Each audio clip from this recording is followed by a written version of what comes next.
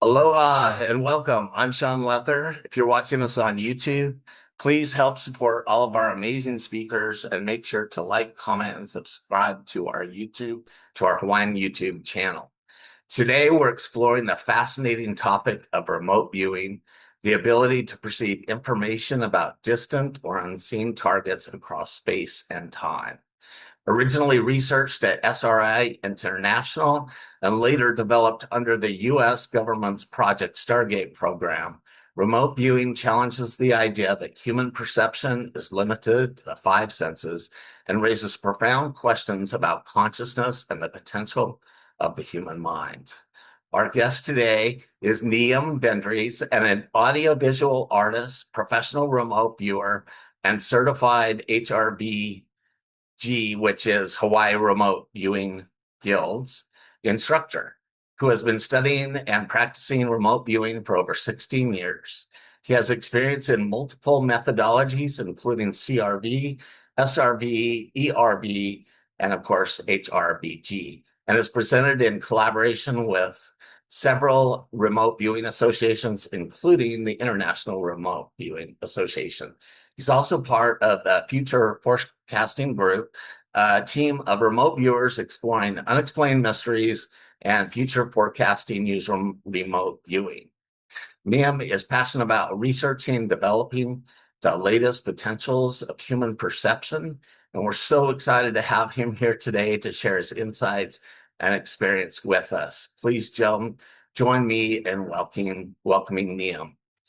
Welcome, Nyiam. Oh, and you can find more about him at his website, which is thefeedbackloop.info. And you can also get his target workbook at the same link, which we will send to you. So welcome, Nyiam. I'm so glad that you are here, and I've been excited about having you be a speaker for months. So why don't you get started and share a little bit about who you are and who you were before you got into this and what led you to it, and then take it from there. Sure. Thank you, Sean and IANDS, for having me on. It's a pleasure, and it's an honor to be able to share and talk with all of you that have come out tonight. So thank you very much. Well, as Sean said, I'm Nyiam. I'm a audiovisual artist from just outside the Greater Toronto area in Canada, and I've been on a bit of a journey in terms of spiritual path and self-development, consciousness development. And that's kind of led me into the thing that we call remote viewing. I kind of tell the story of how I got into this in the presentation, so I won't go too deep into it right now, but I kind of got into remote viewing from a perspective of kind of skepticism, was how I kind of went into it. I didn't really go into it thinking I'm psychic or I can see the future, see distant things. I read about the Stargate project, the government program, and I thought, well, if the government spent millions of dollars doing this over many years, there might be something to it. And it never really occurred to me what do you do to be psychic? If someone asked you to be psychic, what's the first thing you do? How do you start? What are the steps to it? And so I thought it was interesting that they basically had a manual of how they could teach a soldier or any person how to harness their intuition and operate with non-local awareness is the term that they like to use. So let me just get into it. I put together a PowerPoint here, and hopefully you all find this interesting.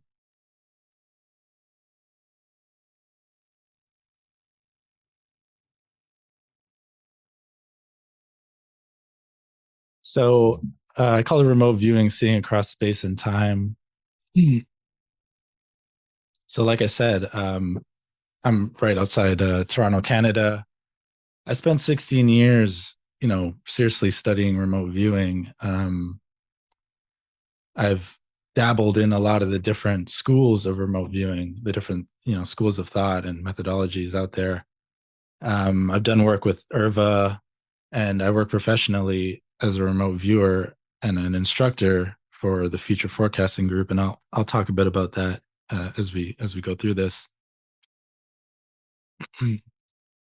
So, I guess the basic thing we should start off with is, what is remote viewing? And I don't want to bog you guys down with a whole bunch of, words and reading, but one of the definitions that we like to use at HRVG is remote viewing is the ability to produce information that is correct about a place, event, person, or object located somewhere in time or space, which is completely blind to the remote viewer. The goal of remote viewing is to create and maintain a pathway between the alert mind, or what we call the conscious mind, and the subconscious mind, so that you can on demand create moments of non-local awareness. IRVA's definition of remote viewing is a structured perceptual methodology designed to acquire information beyond the reach of conventional sensory channels. And this was originally developed and extensively utilized during the Cold War. It was basically used for psychic spying. I'm sure many of you have probably heard about the story. It was declassified around 1995, and it kind of kicked up all the rage. A lot of people heard about remote viewing on Art Bell, his radio show, and a lot of people took interest in remote viewing. So what is remote viewing? Is it paranormal? Is it demonic? Is it supernatural? We think our philosophy is that remote viewing is a natural communication skill. It's an intuitive skill. The ability to do remote viewing is actually widespread. So, there are people who are more predisposed maybe to being good at remote viewing, but generally speaking, I think anyone can do remote viewing if they, put the time and effort into it. You don't need prior experience in Psi or ESP to be successful, in a remote viewing session. It can be trained and taught. That's what the government originally developed it for, to teach to people so that they could develop, collect intelligence on targets that are out of reach. It's a form of controlled clairvoyance. So the more traditional psychic operating, is often known as clairvoyance. So this is like a controlled form of clairvoyance. There's many different methodologies or schools of thought around remote viewing. I'm going to mention two in this presentation. But there's many ways to do this. So I don't want to make it sound like the way I do it is the only way to do it. But there is something that doesn't change in terms of remote viewing, and that's the conditions under which it happens. So remote viewing is like a framework or an experimental design under which you become psychic. You can be psychic however you like, but the conditions that you do it under is kind of what makes it remote viewing as opposed to, some other kind of intuitive work. The Stargate project went from 1972 to 1995. And Ingo Swann was a psychic and a very, very well-known artist who lived in New York City. And he was contracted by SRI International in the government-funded program to try and develop what they coined as remote viewing. Hal Puthoff was one of the lead scientists, as well as Russell Targ. And these guys are these guys are hardcore physicists. So a lot of the language around remote viewing is very military and scientific. So if you hear me using that kind of terminology, it's just kind of entrenched in this community. That's just part of the development of it.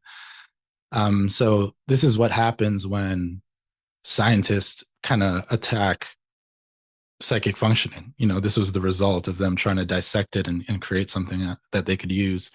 And you can read about, the details of the experiments and things that they did in the book Mind Reach, the book that introduced remote viewing to the world.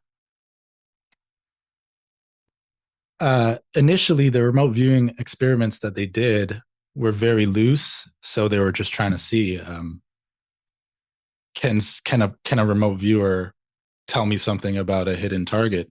What they would initially do is they would do what's called an outbounder experiment. So a location would be randomly selected, and someone would go somewhere in California to a randomly selected location.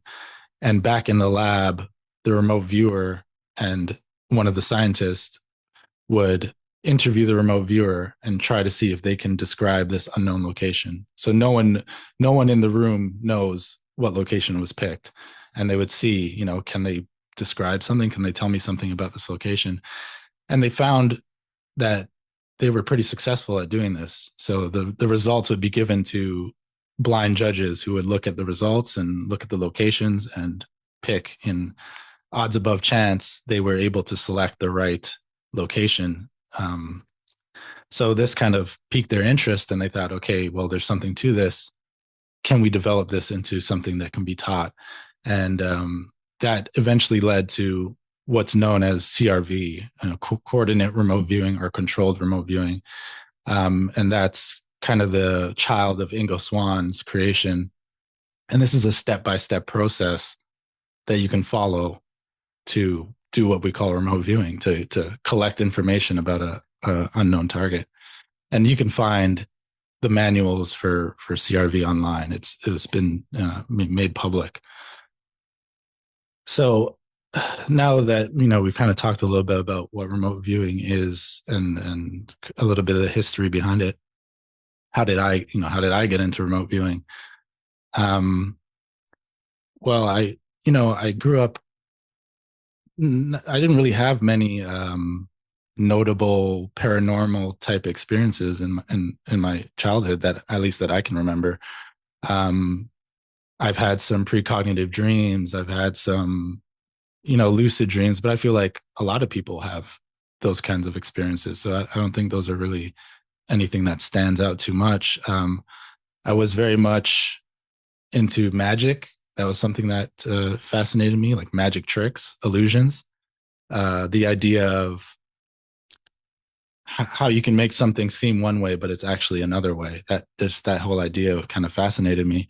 And I always like to see reveal the trick, you know what I mean? How it was actually done. And that kind of takes the magic away, and you're like, oh, it was just a sleight of hand or something. It probably wasn't until around grade 4, when I was 9 years old, that I actually first encountered the idea of remote viewing. There was a book in our classroom. For some reason, this book was way above my reading level in grade 4, probably everyone in my class's reading level, but there's a book called Cosmic Voyage, and it had this little alien silhouette on it. So I would always pick that book because, it looked like the most interesting thing there. And in that book, the author was talking about being on a spaceship, talking to non-human beings and things like that. And he said he was using something called remote viewing. It went over my head at the time. All I could really understand was somehow this guy was using his mind, and he was allegedly interacting with, UFOs and stuff like that. Life kind of just continued on.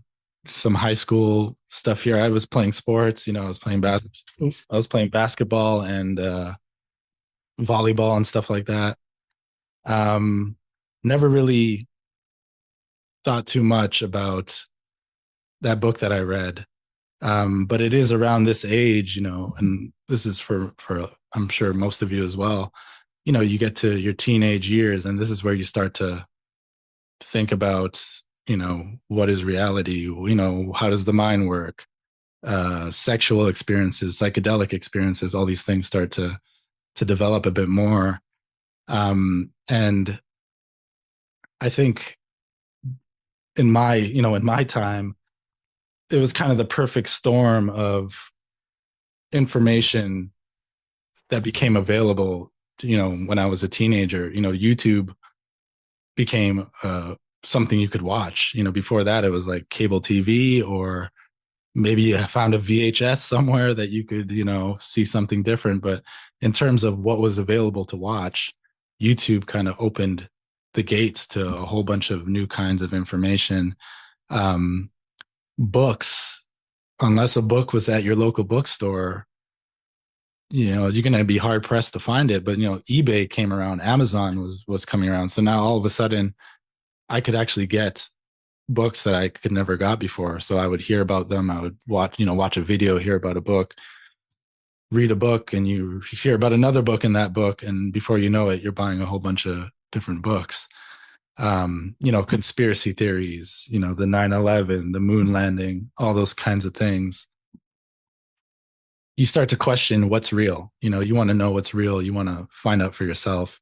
And in the mix with all that was this remote viewing thing, Stargate, that I read about.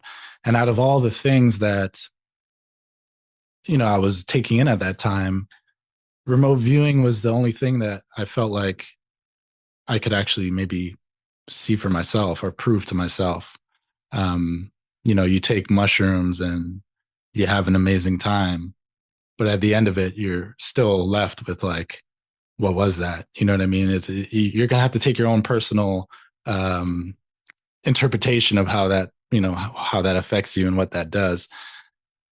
UFOs, I mean, unless I get abducted, a lot of it is just things that I'm reading. So the remote viewing thing appealed to me because it was a little more objective in terms of the scientific approach to it. I could see the result, I can see what really happened. So, is this real? Is how I approached this whole topic. And I wanted to know if it is real, I need to experience it for myself. So, what is different about remote viewing, or what constitutes a legitimate remote viewing?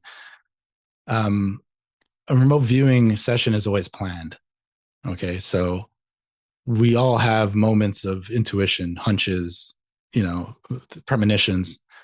Those are obviously types of psychic functioning, but those are spontaneous, right? You get a bad feeling about something and then later it happens. That's a spontaneous intuitive moment.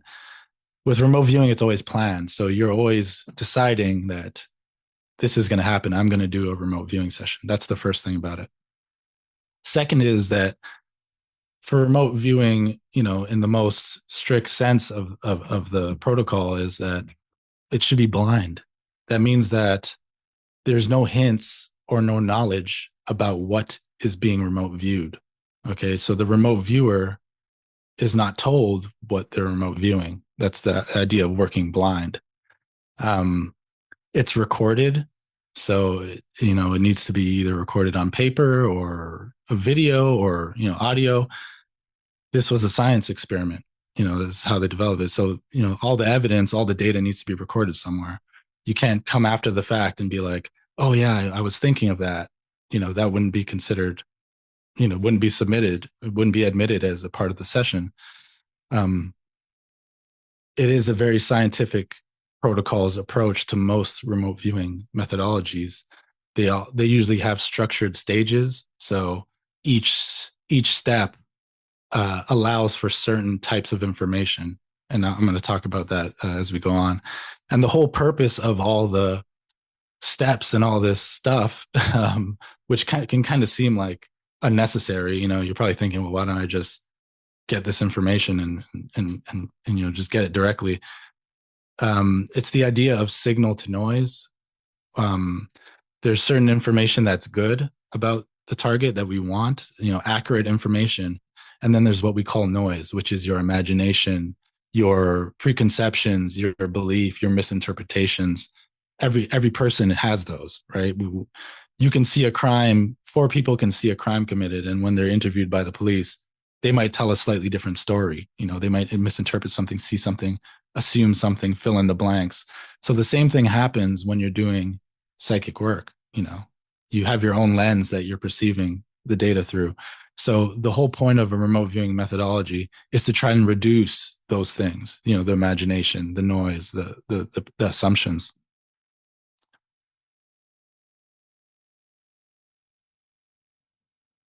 So the most basic form of a remote viewing session is something like this. It will usually involve at least two people. One person would be what we call like the tasker. So this is the person that selects the target, what we call a target. This is the thing that the remote viewer is supposed to perceive or describe. So the tasker would select a target. So in this example, let's say it's the Eiffel Tower. Okay. Back in the day, it would be like a photo in an envelope. That's how they would do this. But they do this today. We do it with a PDF document on a computer, or an image, and they assign what we call a target ID. So this is a random 8-digit identifier. It doesn't really mean anything in itself. It's not encoded with any, there's nothing in the actual letters or numbers, but this is a way to identify the target without talking about its name, so because we don't want to say Eiffel Tower, we don't want to tell the remote viewer anything. So the target can be a place, a person, an object, an event. It could be anywhere. It could be anytime. It could be past. It could be present. It could be future. The target is associated with the target ID, and that happens physically. But what's most important is that the tasker does it with intention. The tasker is actually creating a connection in consciousness, saying, this Eiffel Tower at this date and this time is J8ERUTB7. And this creates kind of like a mental record of it in the greater consciousness, or however you want to conceptualize it.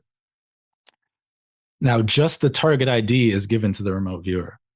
So the remote viewer is only given the random 8-digit code. And using that, that's what we call blind protocol. Because now what we're trying to do is create a scenario where we know that whatever the remote viewer produces is more likely to be from their intuition. I mean, they have nothing else to grab a hold on. They don't have a hint. They don't have nothing to preconceive about it. So if we're basically giving the remote viewer nothing to grab onto, they have to rely on their intuition to start producing some kind of information. So that's the main reason behind working blind. Okay. So it's not from prior knowledge. The intuition has to be leveraged.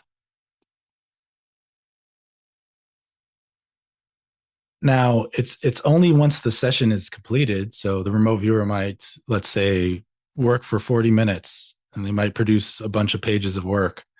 Only once they've sent that session in to the project manager or to the tasker, only then is what we call feedback given. That's when the tasker turns around and says, okay, hey, here's what it was. It was the Eiffel Tower on this date and this time, or whatever the target may be. And so at the point of feedback, this is where the remote viewer can look at the session and look at the target and make more sense of what happened. Oh, well, what was that thing I was seeing? Was I describing things correctly? Did I get the colors right? Did I get the materials and the concepts right? Or in the larger scale, there's something called an analyst, a remote viewing analyst. Their job would be to analyze the remote viewing sessions, in bigger projects. So that's kind of the basic run through of how a remote viewing experiment, or what we call a remote viewing session, is set up. So after I read the manuals on remote viewing, and I said, okay, well, it's free. It just involves me, and someone just has to pick something for me. So let me try it. Let me try it for myself. So I would have friends, rip a page out of a magazine, set up targets for me. And I started practicing this pretty regularly. And these are just some of, some pictures here of some of the drawings, summaries of some of my sessions that I did in the early days that kind of started to make me realize that, well, there's something happening here.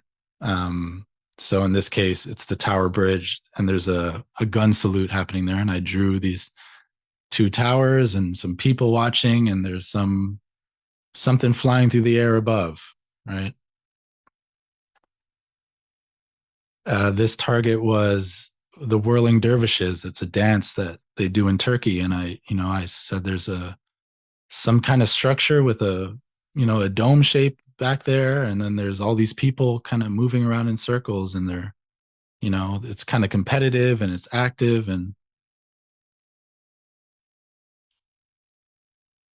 I did a session where I saw a black car going down a path and impacting into a structure with some kind of repeated vertical elements there. And that turned out that the target was the death of Princess Diana. So, given only a target ID, I was seeing that by whatever method and way behind the subconscious, whatever was going on, there's some kind of information being brought to my conscious awareness that's accurate. It's accurate enough to be able to look at the result and be like, well, what are the chances of that? And just a few other examples here. The Challenger explosion. John Lennon, one of my friends picked John Lennon's murder, right? So I saw two guys underneath a archway, and there was a shooting happening there. So I was kind of just doing this, practicing this thing and becoming fascinated with, myself. Honestly, like, yeah, it was cool that I was describing these events, but really it was the internal process was what was fascinating to me. So at the time, there wasn't a lot of remote viewing videos of people actually doing it. Like, a lot of it was something you read in a book, or you see like some scans. You see a couple drawings, and you go like, wow, that's impressive. I wonder how that happened. You didn't really get to see it actually happen most of the time. So somewhere along the way, and I would have been around 20 years old at this point, I found something called the Farsight Institute on YouTube, and they were doing video presentations of remote viewing. So they had these two remote viewers, Daz Smith and Dick Algar, and they would do a whole video documentary. It would be like more than an hour long of live remote viewing, recorded on video. And they were doing really interesting targets. They were doing JFK's assassination, Area 51, 9/11, things that there's verifiable parts that we know, but then there's also like a mystery to it. People want to know what really happened there. So it was an interesting mix of targets and the process of remote viewing being made public. And these videos really blew my mind. I just, I'd been doing my little thing on my own, but seeing these guys, it just, I almost couldn't believe that it was real, even though I had already been practicing it. So this kind of inspired me to like really take this to the next level. I thought, okay, I have to get somewhere on the level of these guys. I got to be able to do something like this, like at this level of confidence and be this precise. So I started a YouTube channel, and I started videotaping myself, in front of a whiteboard working targets. You know, people started subscribing, people started seeing it, and it wasn't really so much about trying to show off, but it was more of documenting my progress and sharing the process. Like I said, it was like so hard to find someone actually doing it in real time. So it's kind of like reading about someone playing basketball and seeing someone play basketball. Like, imagine trying to learn basketball by reading about it, or sport by reading it only. Once you see someone do it, it kind of like, you go, oh, okay, you throw the ball in the hoop, that kind of thing.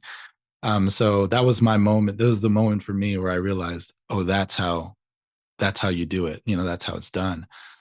Um, so it turns out that the Farsight Institute, the that was putting out those videos that I was watching, is ran by this guy named Dr. Courtney Brown. Dr. Courtney Brown was actually the guy who wrote the book that I read when I was in grade 9. So more than 10 years later, I was watching this guy's videos, and he actually ended up reaching out to me. He saw my videos on YouTube, and he emailed me and said, "Hey, we should talk. You're pretty good at this remote viewing thing." So I like to think of that as kind of like an echo from the future, the future influencing the past. Kind of hard to wrap your mind around, but I really think that's what happened back then when I was 9 years old. So, Hawaii Remote Viewers Guild. I met Dick Algier, who was one of the remote viewers for Farsight Institute. He lives in Hawaii, and he's a part of the Hawaii Remote Viewers Guild. And he kind of became my mentor and started teaching me more about remote viewing. And so the Hawaii Remote Viewers Guild, and their website is HRVG.org. The president is Glenn Wheaton, and he was a Special Forces Green Beret. And if you've ever seen the movie Men Who Stare at Goats, George Clooney's character is based on Glenn Wheaton. Glenn Wheaton's he's playing the character is based on Glenn Wheaton.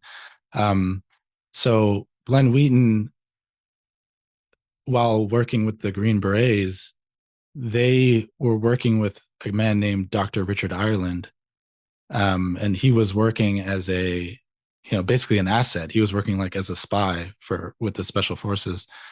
He was a very talented psychic, and what he was known for, one of his acts that he would do publicly, and you could see this on YouTube if you search his name. He would be completely blindfolded, and still be able to see. He would still be able to read things. He would tell people's fortunes. Really interesting story. I don't have enough time to get all into the story of him, but you can read about him in the Phoenix Oracle, his book, or you can kind of go on YouTube and see more about him. We'll come back to Richard Ireland, but Hawaii Remote Viewers Guild method is based on the techniques that they learned from Dr. Richard Ireland, right?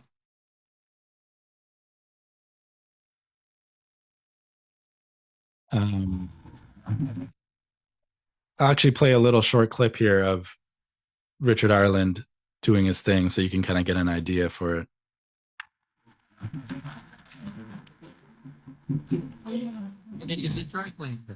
At this moment, as you can see, we have our ushers in the aisle collecting the notes from the members of our audience. We thought it was important that you at home see that so that you don't assume there's been any trickery in the handling of the cards. They are being picked up at this minute, taken directly from the people who have just filled them out. Therefore, it follows that Dr. Ireland cannot have seen them, as indeed he could not have done so. And they're being picked up by a member of our staff here, who all of us have in plain sight. And of course, you will recognize when you hear your own questions referred to. And as you'll see now, Dr. Ireland has begun perhaps you could even get a closer shot here on that activity, the task of covering up all the area around his eyes with surgical tape, which has for whatever the point is worth, the Johnson & Johnson label inside the little roll here. And would you like to verify I cannot see, Steve? Under, around? Yes, that's absolutely clear. Again, could you get an even closer shot? Because I think around the country, people think, oh, he's peeking someplace. No, this is all covered, and it's right down here tight against the nose. So there's obviously no chance for light to get through there. Well, you tie me some bow knots back. All right. And this is a real thick blindfold. We checked these, too. The three of those, as a matter of fact. It's amazing that even after I've put all this on, that certain skeptics who simply won't be convinced are inclined not to believe even then. Huh. Well, I'm generally skeptical about such things, but you sure covered me the other night. That's in case anyone thinks the holes are all lined up. Or that if, in fact, I might be peeking, and if the papers could be brought up here now, we'll get involved with those in just a moment. Marty, if you, they're already here. The other day I was accused of peeking out of here, Steve. Yes, people actually have developed, they'll make up any theory to avoid thinking that. Really, a lady told me that she thought I'd had a hole bored between my eyes and my nose and I could see out of my nostrils. That's the truth. Yeah. So now, as you can see, there's the tape completely under Dr. Ireland's nose. And I asked a doctor about it because I wanted to know, but he said it's physiologically impossible. Mm-hmm. I'd like to begin by saying hello to someone here by the name of Donna. And Donna, I believe, has written her paper in felt black pen. Where are you, please, Donna? Is it Donna like Cheston? Just stand up if you would. Can I hear your voice? Alston, that's close enough. I wanted to say that I do feel as though that you're a rather perceptive individual. You have a lot of capacity, especially in areas of foretelling events before they occur. And it seems that you have asked me something in regards to your husband, and I believe that your husband's in business with your father-in-law. Is that true, please? That's right. And can I tell you that things seem to be looking up as though they have not been just the way that they might be desired, but they do seem to be trending upward. There will be something good in regards to something to do with the Ozarks. Does that make sense to you? That's right. And I want to say to go ahead with something to do with the Ozarks. It does seem to me to be a wise decision, and something good will come out of that. I wanted to encourage you to pay a little bit more attention to your own inner guidance. I want to speak to a Ron like Ramstead. Where are you, Ron? Are you out there? Yeah. And did you come down here to visit the show from Santa Ana? Right. And we have not met before, have we? Never. It seems to me as though that you have an opportunity that was extended to me one time by Dr. Vasiliev at the University of Leningrad in Russia. You've been invited to go to Russia, isn't that true? That's right. And I seem to believe that you are going to go. It takes you into 1972, however, before you get to go. And it does seem as though that it will be a meaningful trip and certainly something that you should plan on doing. I wanted to speak to someone. So just a little short clip there so you can kind of get an idea for, the kind of things that Dr. Richard Ireland would do, in public demonstrations. He could read the serial number off of like a bill, forward and backward with the blindfold on. So the special forces, when they saw him do this show, they said, okay, who is this guy? And they tested him and they realized that he was legit. So Glenn Wheaton, after he left the military, he started teaching remote viewing in Hawaii, and he started the Hawaii Remote Viewers Guild. One of the people that heard about the lessons was Dick Algar, who was a television newscaster, and he joined the Hawaii Remote Viewers Guild. He was the vice president for a period of time as well. So that's kind of the history of how I got, to learn HRVG. I learned from Dick Algar. He learned from Glenn Wheaton. Glenn Wheaton was in the special forces and learned, helped create and learn it with Dr. Richard Ireland. So over years of mentorship and practicing and kind of staying consistent with the whole remote viewing thing, now I work professionally as a remote viewer, and I actually work with Dick Algar and Daz Smith, who were the people I was watching on YouTube all those years, along with some other very talented remote viewers for future forecasting group. And we look at financial things, we look at historical events, we look at future events. It's probably one of the biggest, I don't know for sure, but I'd probably safely say it's probably the biggest collection of like remote viewing sessions like that you can get in one place. So that's not something I ever thought I would be doing, working professionally as a remote viewer. I was doing it out of just passion and curiosity, and somehow it's led to this. So we talked about what it is. We talked about how I got into it, how how is it possible, and as well, how do you do it? Those are the two hows. So I just want to spend a little bit of time touching on that. One of the first things to understand is the 5 sense fallacy. This is kind of like teaching, when you tell your kids Santa Claus and the Tooth Fairy, this is like the equivalent of that in education, like teaching that we only have 5 senses. Touch, smell, taste, sight, hearing are obviously very dominant senses and the very obvious ones. But even like a simple, like if you just search on Google, like how many senses do humans have? It talks about how neuroscientists are now debating whether we have anywhere from 22 to 33 different senses, right? So it's not just the sixth sense, that's kind of the meme, sixth sense, but we have literally, dozens of senses. And this isn't just, kind of like a theoretical thing. There's Deciphering the Senses by Robert Rivlin and Karen Gravel. They talk about when the electron microscope was created, and they actually for the first time got to see like what it looks like, in the human body, the tiny little things that they'd never seen before. They actually found that there's like all these sensors and receptors in the human body that account for a lot of things that we would before think were like what we would call psychic. Things like, vibe sensing, someone steps in a room and all of a sudden you feel like this person has a bad vibe.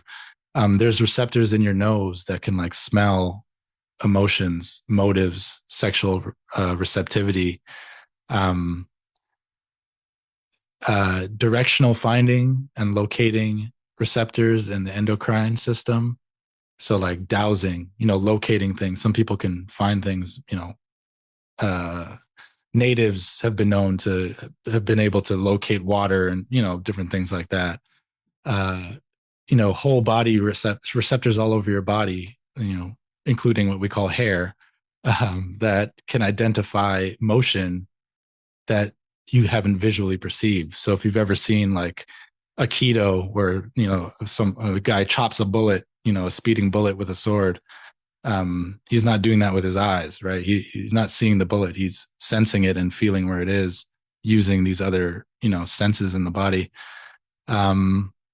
Receptors that trigger alarm and apprehension before their sources are directly perceived. So like foresight, foreseeing something, knowing something bad is going to happen. The pineal gland, that's one that a lot of people have, heard about. There's actually, it's a non-visual photoreceptor. So like inside the pineal gland, it has similar, apparatus to the eye, except no light comes in from the outside. So it's kind of like a type of psychic X-ray vision that happens with the pineal gland. And, sensing magnetic fields. We've all heard of pheromones, right? There's a study where sweaty t-shirts, they had women smell sweaty t-shirts from different men, and they found that the woman could choose the best partner based just off the smelling the sweat in the t-shirts. So there's a lot of things going on that we kind of just sweep under the cover, or we just accept as, oh, those things happen, but there's an explanation for a lot of these things. Not only do we have more than 5 senses, but the real kind of the devil in the details when it comes to remote viewing and just conscious awareness is how much information from those senses actually gets into our conscious awareness. How much of it do we actually realize and cognize? This is a good book, The User Illusion by Tor Nori-Tranders. He's a cognitive scientist. And it's called Cutting Consciousness Down to Size. And he talks about in this book of there's an approximated 11 million bits of information that's coming from your senses at any given moment. But the conscious processing areas that we, that create our reality, our sense of self, can only grasp about 16 to 50 bits per second. So that means out of all the information that's coming to you at any given moment, you're only actually realizing or becoming consciously aware of like 0.004, 0.00045%. So the bandwidth of our awareness of our conscious self, what we think of as, oh, me, I'm making the decisions, I know what I'm doing, and I know this and I know that. It's only 0.00045% of all the available information that's coming into you at any given moment.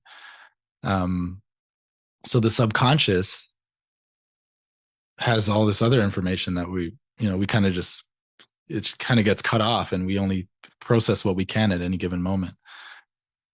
So I like to use this kind of image to give an idea of what we mean by conscious mind and subconscious mind. The conscious mind is like the tip of the iceberg. It's above this, it's like, quote unquote, above the surface. And it looks like an individual entity. You could say, oh, there's the iceberg, it's peeking out there. But below the surface, there's this, many times larger portion of the iceberg. And that would be like the subconscious mind. And the water that it's in, you can think of that as kind of like a greater field of consciousness, where all the information probably that exists or ever existed or will exist is there.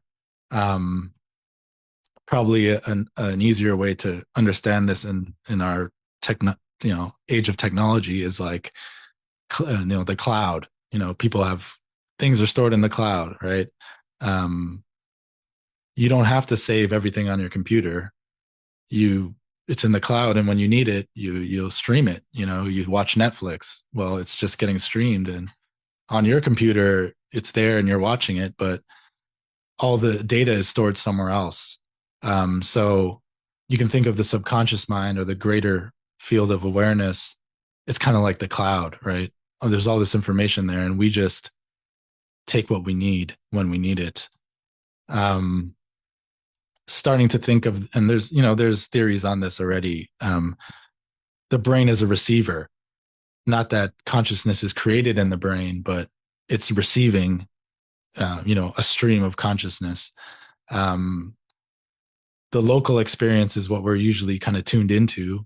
But there's this non-local field of consciousness that we're living in that contains the past, everything from the Big Bang or the primordial Earth to the Berlin Wall to Lincoln to World Wars to, everything that has ever happened. It's still vibrating or leaves a signature in the greater field of awareness. And it's kind of hard to wrap your mind around it, but even the future is there. Is there going to be nuclear fallout? Is it going to be free energy utopia? Are we going to be cyborgs, machines, space travel, all these things? They're there in the field of awareness. And the idea behind remote viewing is, can we move information to the self, to the local experience? Can we move that information and perceive it and record it?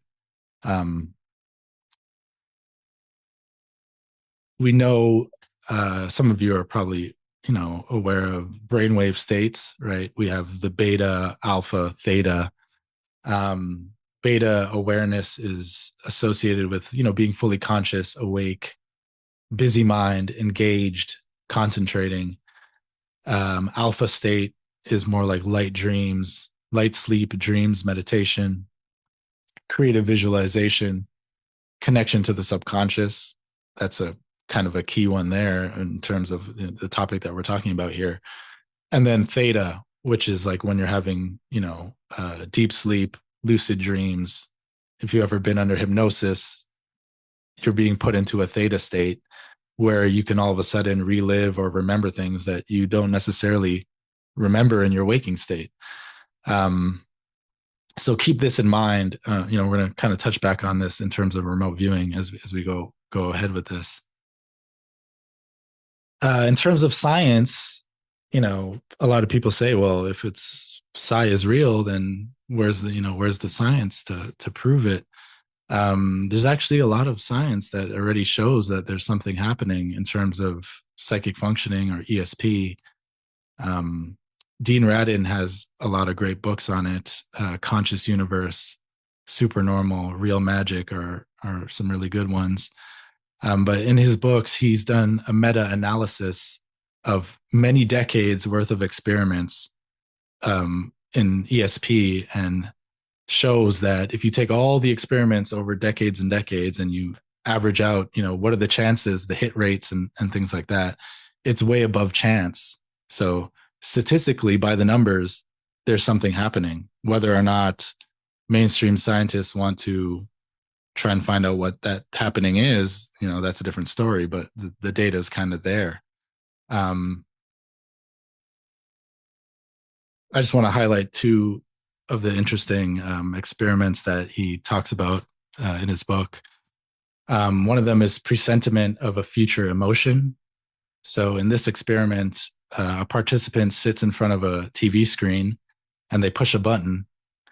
And 5 seconds after they push the button, an image comes up on the screen and it's randomly selected. And it's either going to be a emotional image. So it might be like a snake or a sexual image, or something that would stir up an emotion in you, or it will just be a neutral image, something that you see and doesn't really spark anything inside of you.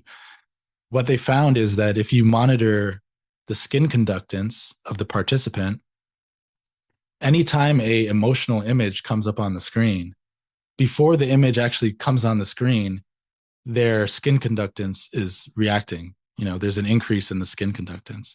So a completely random, an image that's about to come on the screen that no one knows what it's going to be, no one knows the nature of what it's going to be. If it's an emotional one, before the image comes up, the body is already reacting to that emotion that's about to happen in 5 seconds. So when it comes to the calm or neutral picture, nothing happens. There's that presentiment doesn't happen. So the participant may not consciously know what that image is, or might not even realize that their skin conductance is raising, but they can measure this.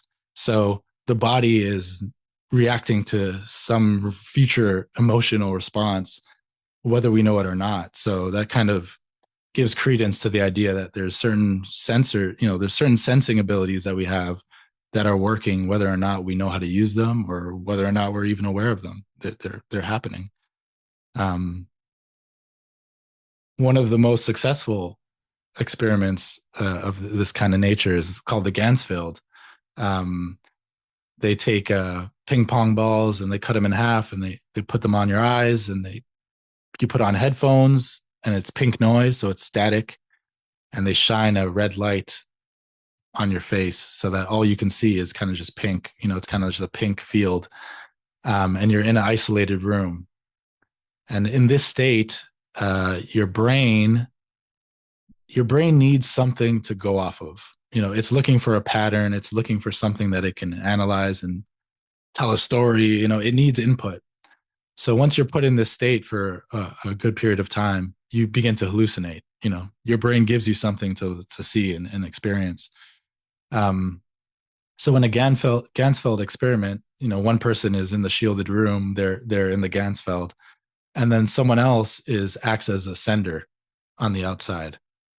So what they try to make happen, what they're trying to see with what happens in the Gansfeld experiment is, if someone is on the outside and they're focusing, let's say, on a picture of an elephant, is the person inside able to pick up on that? Are they able to receive that impression and say something like, in this case, gray animal or something like that? This experiment has been going on for a long time. It's been repeated many, many times. It's been going on since the 1920s, and it still gets repeated today. There's usually 4 images at the end of experiment. There's 4 images that the person can select from and say, well, I think it's this one, or I think it's that one. So that would be a 25% chance of guessing it right. If we were going by just chance alone, there'd be a 25% chance that someone guesses this right. We'd expect it to average out to 25%. But 122 experiments in 20 labs 4,674 sessions. So this has been repeated many times by many different, different labs, different people. The average is actually about 32%. So over time, this has averaged out to about 32% hit rate. People are able to correctly pick the image that the sender was focusing on. And that's odds against chance of 300 trillion quadrillion to 1. So statistically speaking, there's something going on here. And this is published in Psychological Bulletin. It's in science journals. It's not like it's hidden somewhere. It's just, this is not something that skeptics and scientists like to approach. They kind of just stay away from this kind of thing. So something's happening. Something happens in terms of information getting where it's not supposed to be. That's been proven in labs. We've all had different experiences.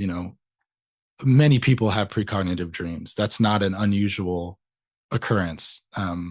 Even like professors at universities have precognitive dreams. Whether or not they want to accept that or try and explain it, that's a different story. But using a remote viewing methodology, we can leverage this unseen, this information channel, and we can direct it and take control of it, and we can produce some pretty, mind-blowing results if you really put your mind to it. So the school of remote viewing that I'm a part of is the Hawaii Remote Viewers Guild. So I just want to go through. This isn't the instructions on how to do it, but this is the steps. This is what we do. This is the steps that I teach my students. To create the moments of non-local awareness. So the special forces, they saw Richard Island and they said, "How do you do that? How the hell do you do that?" And one of the things that he told them was, "I look in a place, when my eyes are patched up, I look in a place called Blackboard." This is a place in his, mind's eye in the visual field. So this is one of the main techniques that we've reverse engineered and use now in our remote viewing methodology. So we close our eyes and we look on this place called Blackboard. Training the subconscious to put imagery in this specific place at a specific time.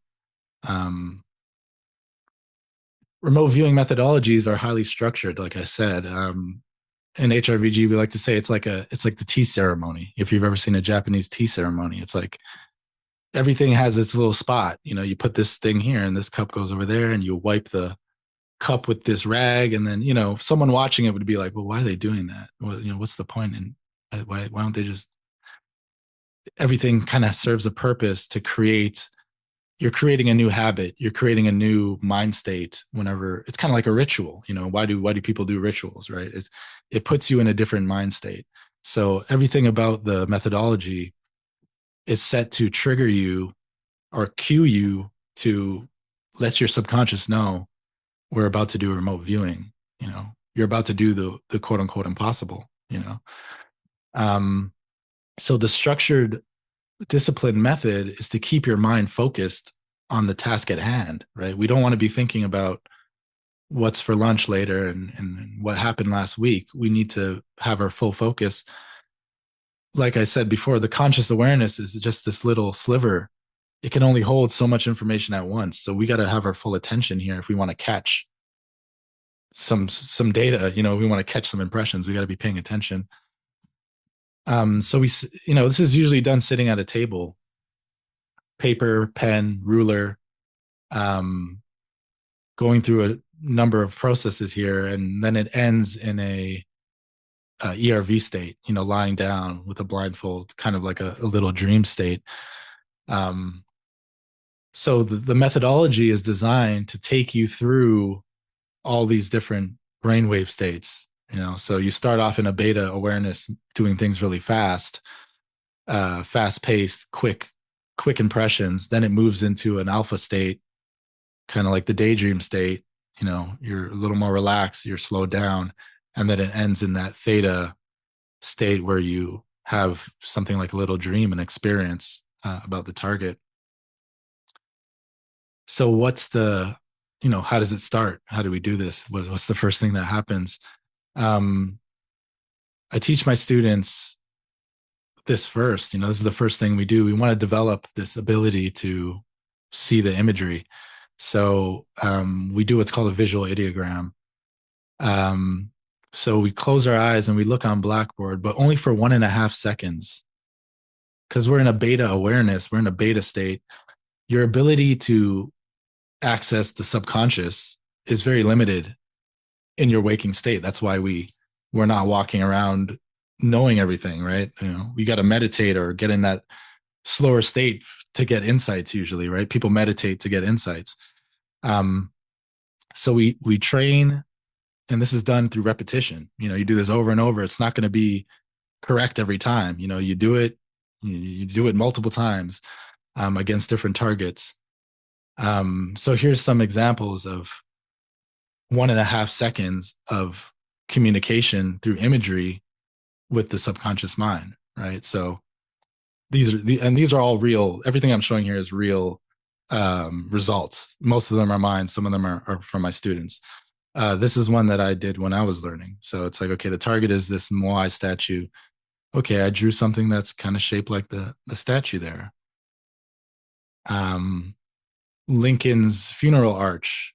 Okay, I looked on Blackboard for 1.5 seconds. I saw 3 arches. Okay, you sketch that down. You write stop. This is not a point in the session where you're trying to say what it is, right? This is all just very quick data collection protocol at this point. The target is a base jumper. Okay, I see this triangular shape with these patterns on it, right? You record that on the page. This is one of my students, Rose, did this. Target is a cannon being fired. Oh, they drew what looks like a cannon, shooting something. The viewer may not understand or know what the thing they're drawing is at this point, but this is how you start to develop the ability to perceive the visual imagery at the target. Target is this iceberg. So given only the target ID, this is 2 different students and 2 different completely, different times and spaces producing a drawing with 2 peaks, 2 triangular peaks. So visual ideogram, that's kind of starting to develop the ability to be clairvoyant, controlled clairvoyance, perceiving the visual imagery of a target. The next thing we do is what we call a spontaneous ideogram. This is like how, vinyl records is kind of the past at this point, but etched in wax, there's little ridges, and you put the needle on it and it plays back a song. You can think of a spontaneous ideogram, which are these little scribbles, spontaneous scribbles that we produce. By touching them with our pen, we're able to play back information of the target through our senses, right? So this is a kind of like a zip file of information. And by touching it, we're able to experience different things that are at the target. And we do that in something that we call Playfair. So this is a very fast-paced data collection that focuses on the 5 senses. So if you were at this target, what would you see? What would you smell? What would you hear? What would you taste? So remote viewing isn't just seeing something. You're including all of your senses in here. What does it taste like? If what are the tastes there? What are the smells there? What's the sound? This is what we start off with. This is the second thing that we do in a session. So a Playfair might go something like this. And this is a target that I did when I was learning. I'll look for 1.5 seconds. Okay, I see this shape. There's some rectangular thing there. Okay, what's the sound?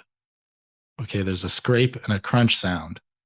Okay, what's the smell and the taste? Well, I smell food. There's some kind of food smell there. What's the temperature? It's warm. And then what's the texture? Well, it's hard. Something like stone is there. So it's similar to how you might approach something in real life. You see something in the distance, you get closer, you hear it a little closer, you might smell it, then you might feel the temperature, and then you actually touch it.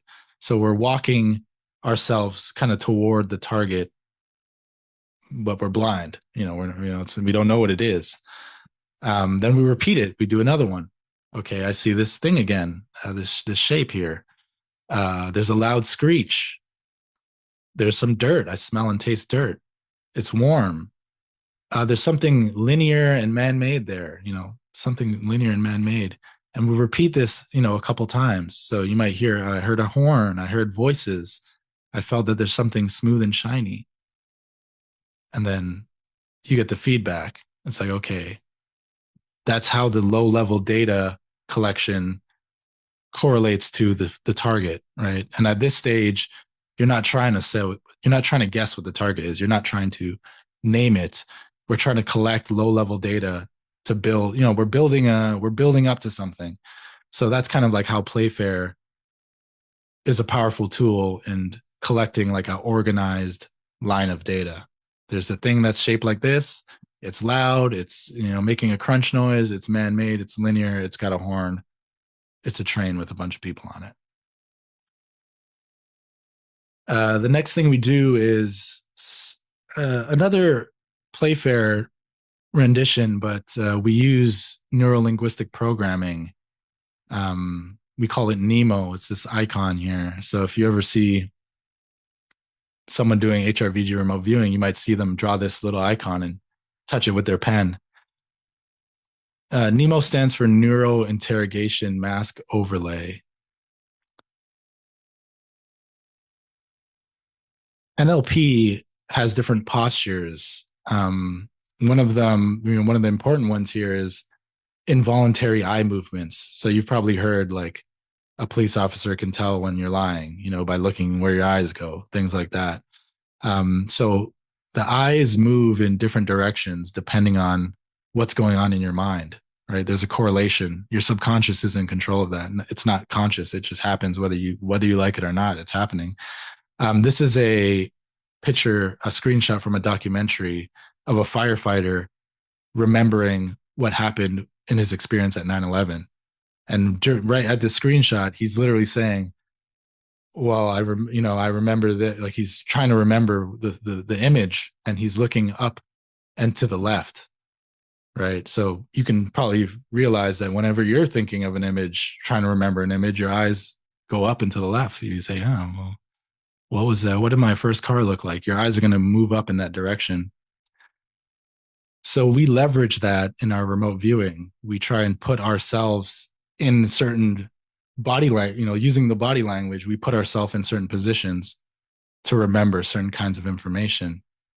So we reverse engineer and use body language to emulate the target and prompt our subconscious to communicate certain kinds of data. So if we want to hear a sound, we want to remember a sound that was at the target, we're going to move our eyes to the left and we're going to probe on Nemo. And our body is now involved. Our body's playing its part. The eyes are going to the left. Well, that's how we remember sound. So we're kind of giving a little boost to the process, right? We're putting our body language in the right place to remember things. So in Nemo Playfair, okay, there's something cascading down, there's a hiss, there's some vegetation, there's a loud droning sound, there's a wet surface and vegetation, moisture. The target is this waterfall area. So this is again building up more data towards getting to the kind of the peak point that we want to get to. The next thing we do is we put all of our data together on one page. We call this the site sketch. So we had the visits, we had the Playfair, and we had the Nemo Playfair. We look at all that data, and the viewer has to intuitively put it together. Where does this thing I drew go? Where does this sound? I had the wet, and I had the crunching, and I had the vegetation. Well, using your intuition now, you have to try and assemble this and put it together somehow. So putting all this data together, I drew, this, and that's how it matches up to the target. So intuitive sketching, intuitive probing, data collection, with a little bit of your conscious mind getting involved at this point, because you're going to look at it all and you're going to say, okay, let me try and put this stuff together. So here are some S3 sketches, right? So the target is New York City. Okay, I have some buildings over here. Something is connecting it across here. You can kind of see the overall shape, split down the middle. There's two sides, some kind of structure here. Outdoor, metallic. There's voices. There's it's wet. It's bumpy. There's stone.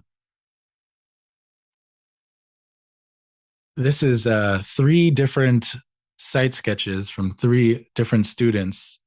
They all worked this. The construction of the Hoover Dam was the target.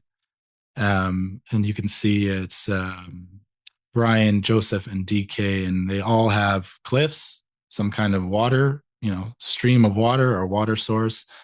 And DK actually wrote dam, like, is this a dam? Right? They had enough little data points to actually start realizing what this target actually was. Of course, at this point, they're still blind and they don't know what it is. The Bellagio fountain. So you can kind of see the visual similarities there, how it lines up. So at this point, this has probably taken half an hour, doing all those steps. This probably took about half an hour, 30 minutes to get to where we are now in the session. And this is where we go into what's called S4 cascade. And by this point, you're going to be in a bit of an alpha state. You're going to slow down. It's been very fast paced prior to this. Now we're slowing down. This is like when you're reading a book and you forget that you're reading. You forget that you're flipping the pages. You're like so into the story. You forget the rooms around you and you're focused in on the story. This is where we are in terms of the remote viewing session. Now it goes from 1.5 seconds, but since we're in alpha now, we actually can look for about 12 seconds, 12 to 15 seconds of communicating with the subconscious to get, a much wider flow of information. Just like whenever when you have a daydream, right? It's like all of a sudden some other impression is flooding in and you forget where you are. You're not in the room anymore. You're in your daydream. We do that with the target. We're having a daydream about the target. We're going into this daydream state about the target. And then we're using Nemo to probe and get more information. So this is where a viewer will try and tell the story. So prior to this, it's been just collect information, collect information. Now we want to actually see something and try and say something about it, what it is, what's its purpose, things like that. So a viewer will take note of all the different things that they have. Maybe there's some structure, there's some people, there's water, whatever it may be. And they take each point and we try to isolate it and look at it on Blackboard. So we might say, okay, there's some kind of structure thing. I had hard texture and there was a brick and there was something that was rectangular. So there's a structure there. I'm going to look on Blackboard at this structure. So for 12 seconds, okay, you might see something like this and you might draw that thing. Then you're going to probe, we're going to try and ask questions about it. We're going to try and find out more. Okay, it's tall, it's majestic. There's plants at the base. There's sounds of motor scooters and laughter. There's an observation deck on it. It's old. It's the turn of the century type structure. They might get impressions like that. And then the feedback. And when the feedback comes, that's when you can look and see, okay, was I on point? Was I on target? What is what I saw really there, or was I imagining it? So it's a process of trial and error and repetition that you get better at receiving the images and probing and staying on target and getting the right kind of information. So here are some examples of cascade, 9/11. So I work this target. I eventually get to S4 and I'm saying, okay, there's something in the air. I smelled smoke. Let me look at that. and I saw a huge explosion happen in between two large structures, high up between two structures, a sudden release of energy. The waterfall target, looking at that on Blackboard, the imagery here is usually a lot more high resolution. This is more along the lines of being able to look at it and be able to say, oh, it's a waterfall, or it's a person, or it's this, or it's that. I want to put a little video clip or two in here so that you guys can see kind of, how this kind of develops in real time. So in this case, I've been working a target for maybe 30 minutes. I know there's some kind of land thing there, and I want to see it. I want to see it. And I want to get some information on it. So here's a little clip of some session work.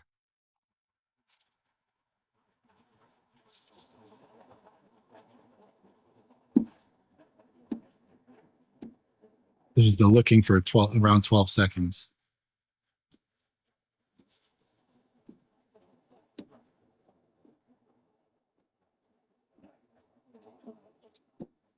Okay, this I don't know. This looks like to me, this is like a it's not a sinkhole, but the land's here, and there's something here. Goes down like this. Some kind of depression, something in the land. Like there's like a depression in the land, or there's some kind of depression here.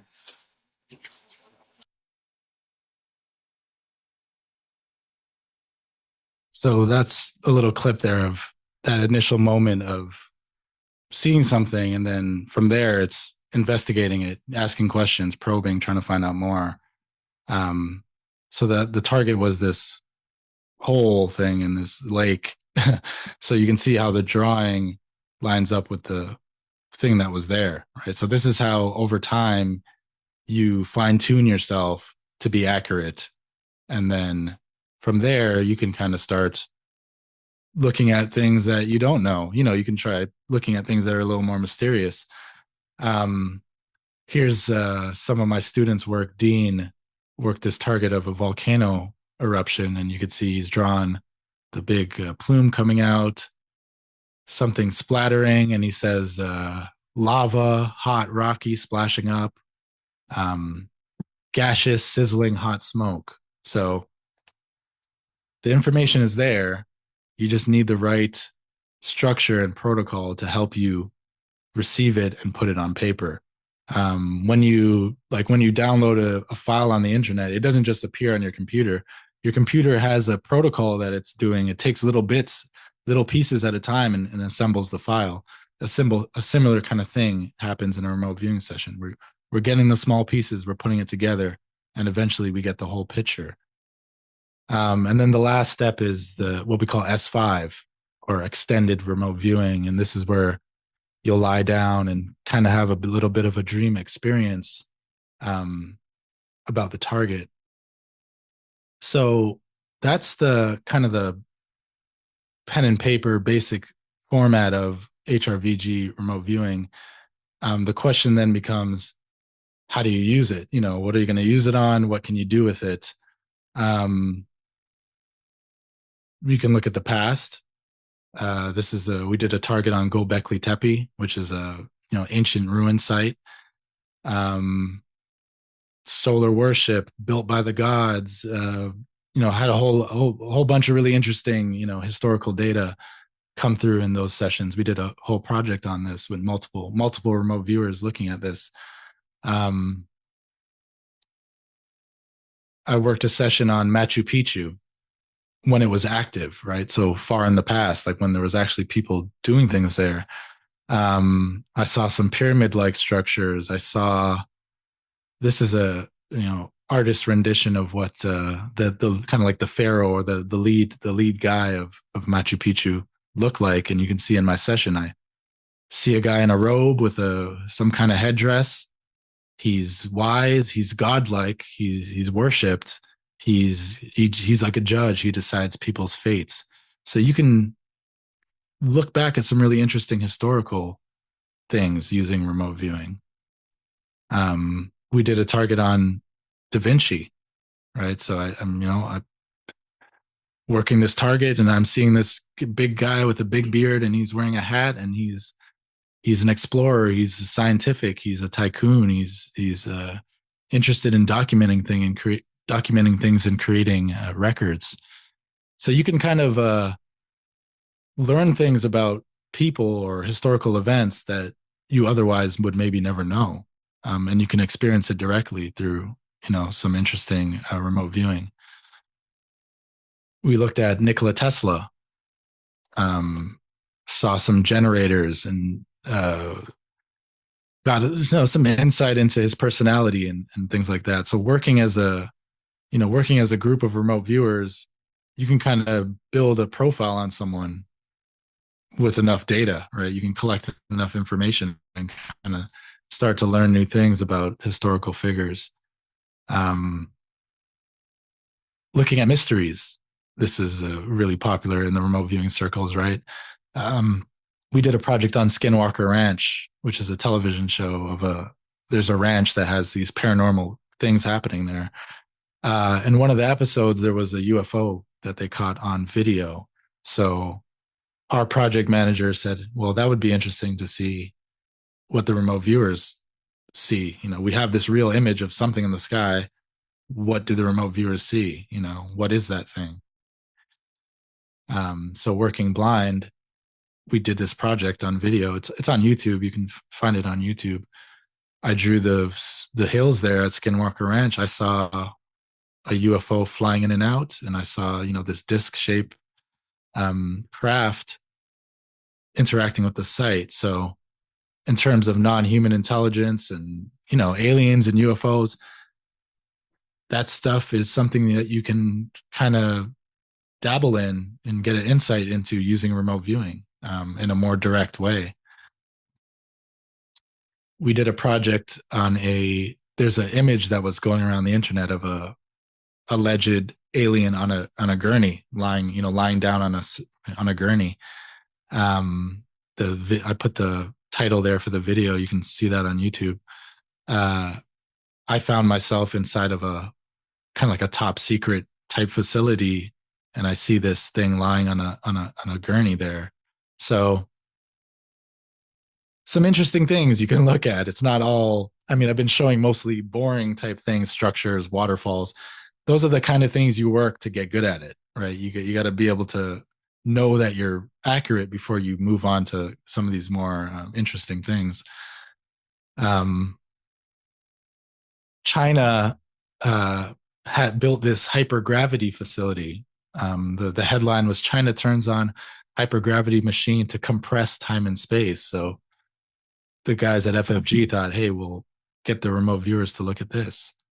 I was inside of a lab, restricted access, engineering and development and testing. I saw some scientists behind a glass barrier doing secretive work, quality checks, testing. This is a image of what the device they have in there does. It's a big centrifuge. I saw this large thing rotating, and I had the sense of centripetal force and kind of like compressing space and creating like something like a black hole. So you can even look at some scientific thing. You can look into scientific mysteries using remote viewing. And then comes looking at the future. And this is the part that's maybe a little harder to wrap your mind around, and people maybe have a little bit of a harder time digesting this. And some of these examples that I'm about to show aren't exactly the happiest kind of stories, but this is the result of the experiments of what we do. One of the things that we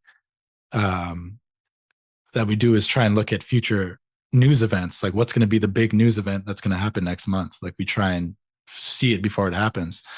On a smaller scale, though, seeing 30 days, 60 days, 90 days into the future, that might be kind of hard for someone to wrap their mind around. But what about 20 minutes into the future, you know, if we can start there, maybe then we can start to understand how it can go a little further.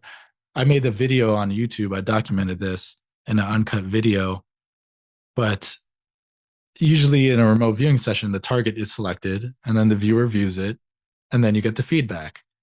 In this case, I did a remote viewing session before the target was selected. So I'm viewing I viewed the target before it was even picked. And then I picked the target after I did the session and showed the result in an uncut video. Seeing maybe 10 minutes into the future, just as a proof of concept here. So I want to play this little clip of some of the moments there where I saw this thing and got some data on it.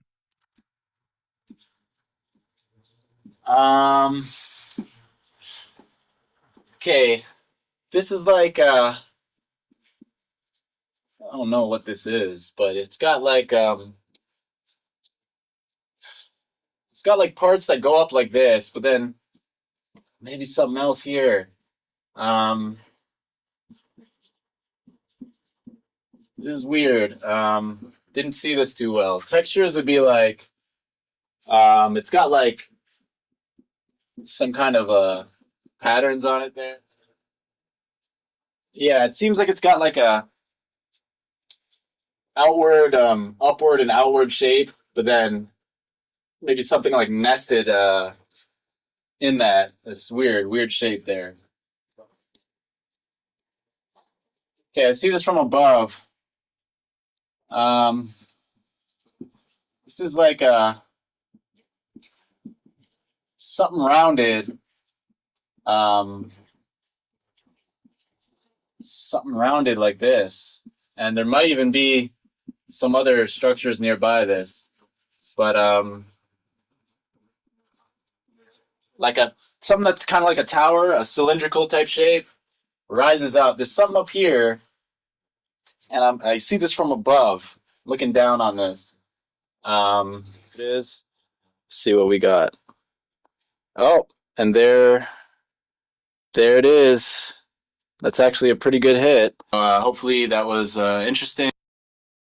So being able to see something before it's even been selected kind of messes with your head.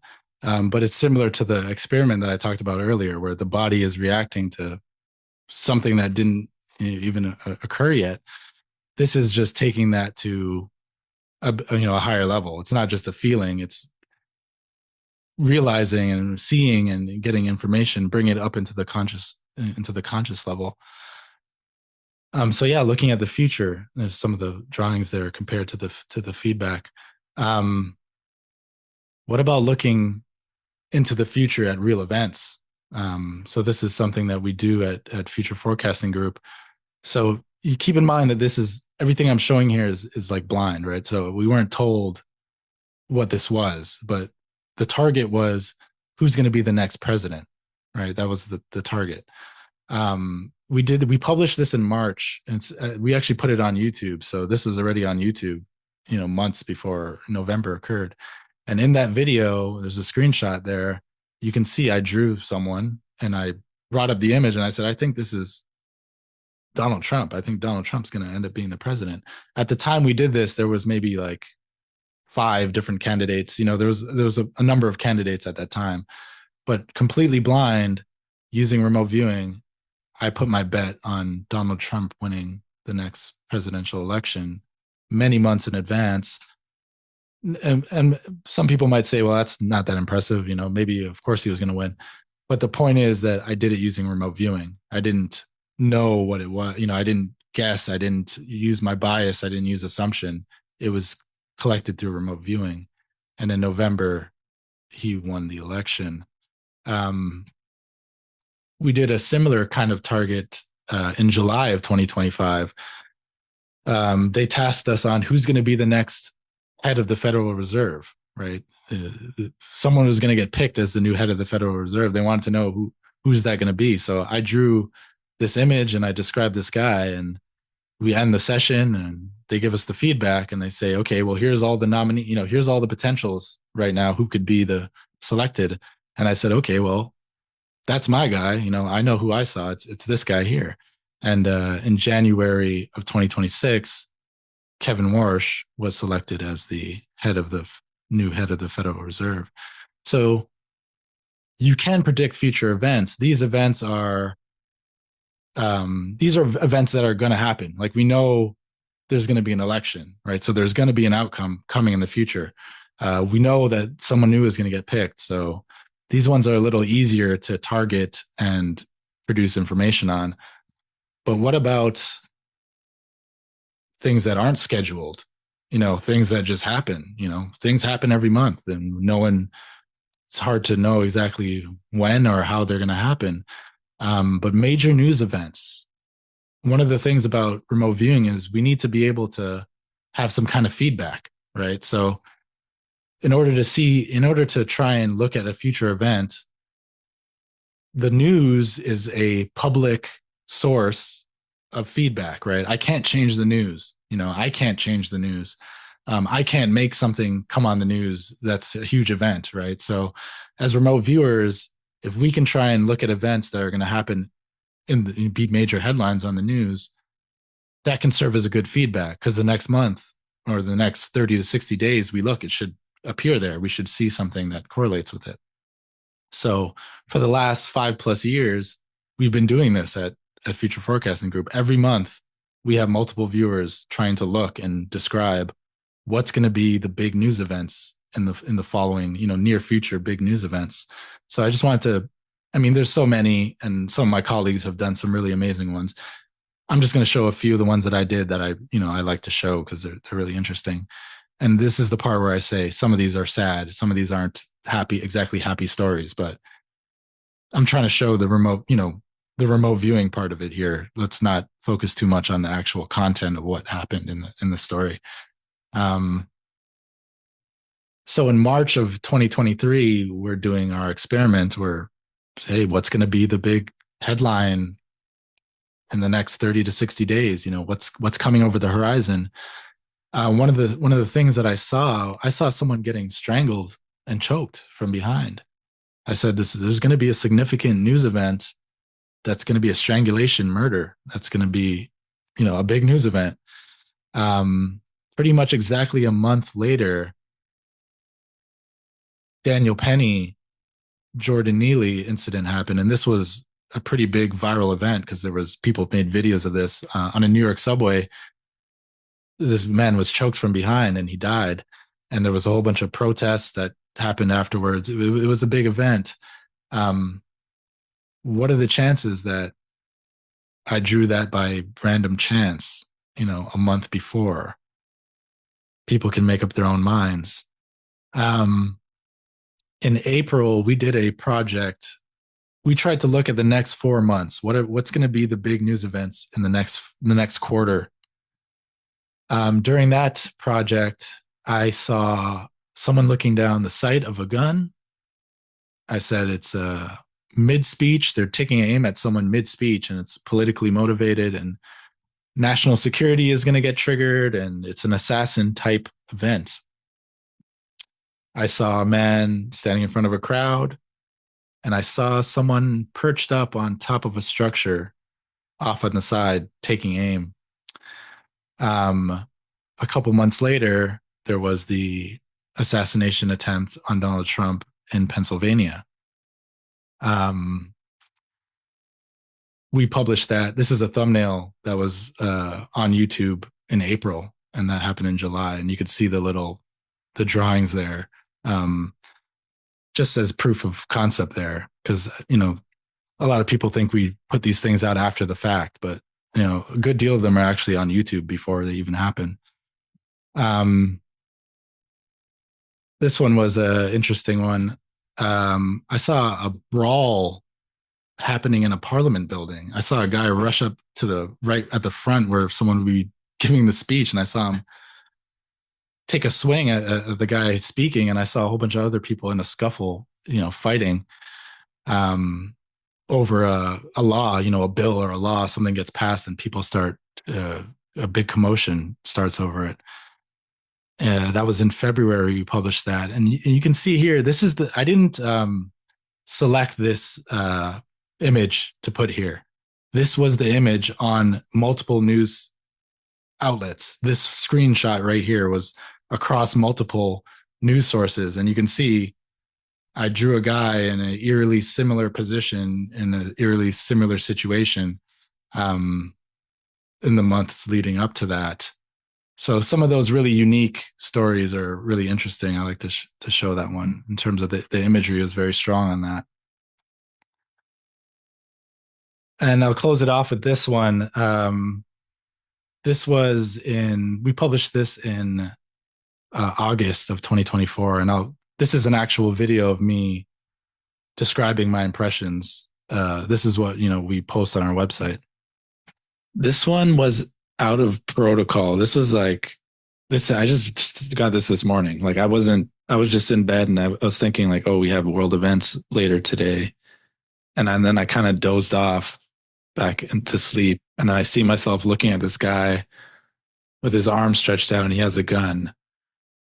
Maybe near vehicles, he was really the only thing in focus. The thing in the periphery here, I couldn't really tell. I wrote, he may get out of a vehicle or he may pop up or run in between some vehicles, but an unexpected shooter event, a crisis. And this is like all units report. And I hear, gunshots and a manhunt is involved. So a high profile type shooting event, shooter, assassin type story. I get the sense it might be politically motivated, but in an urban area, wanted. And I see his face here. I drew his face here.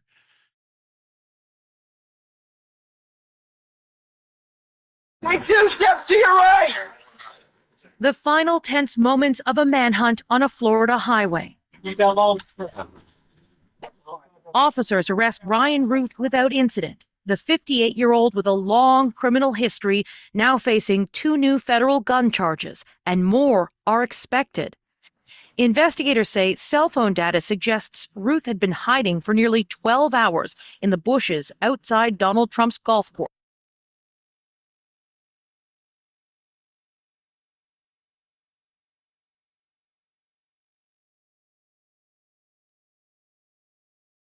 Unmute. You're muted still.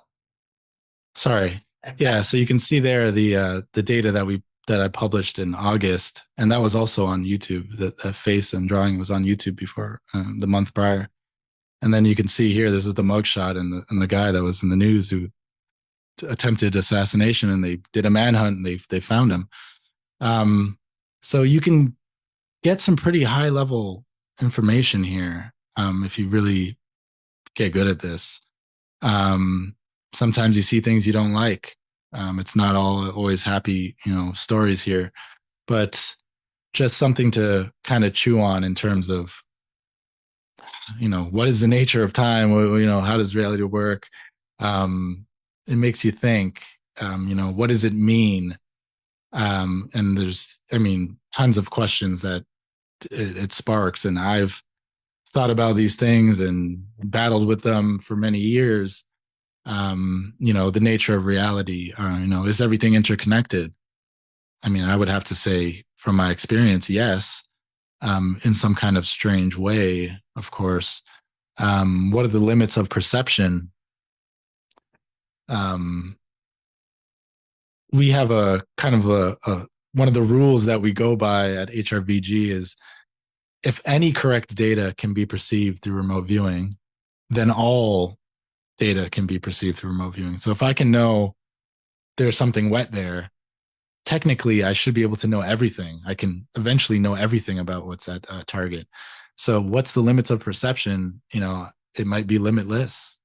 It certainly seems like it. I think it's more of a question of us getting our act together, us studying it, us developing it. I think that's more of the thing behind it. Can you change the future? Right? Is it predetermined? I saw that guy get choked and a month later he gets choked. Like, did he not have free will? Could he have not went the other way and gone on the other train or it makes you think. I think some events are going to happen. maybe not everything is predetermined, but I think certain events gain a certain momentum, and there's nothing you can do to stop them at a certain point. They're already written into reality. They're going to happen. Can we avoid disasters? Right? That would be great. You know, we could see something coming and we could avoid it.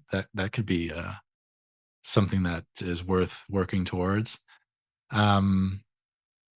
Yeah, a lot of questions come up. You know, life after death, right? I mean, this is the NDE meeting group, so I mean, I'm preaching to the choir here, but what happens after? You know, is there something that continues?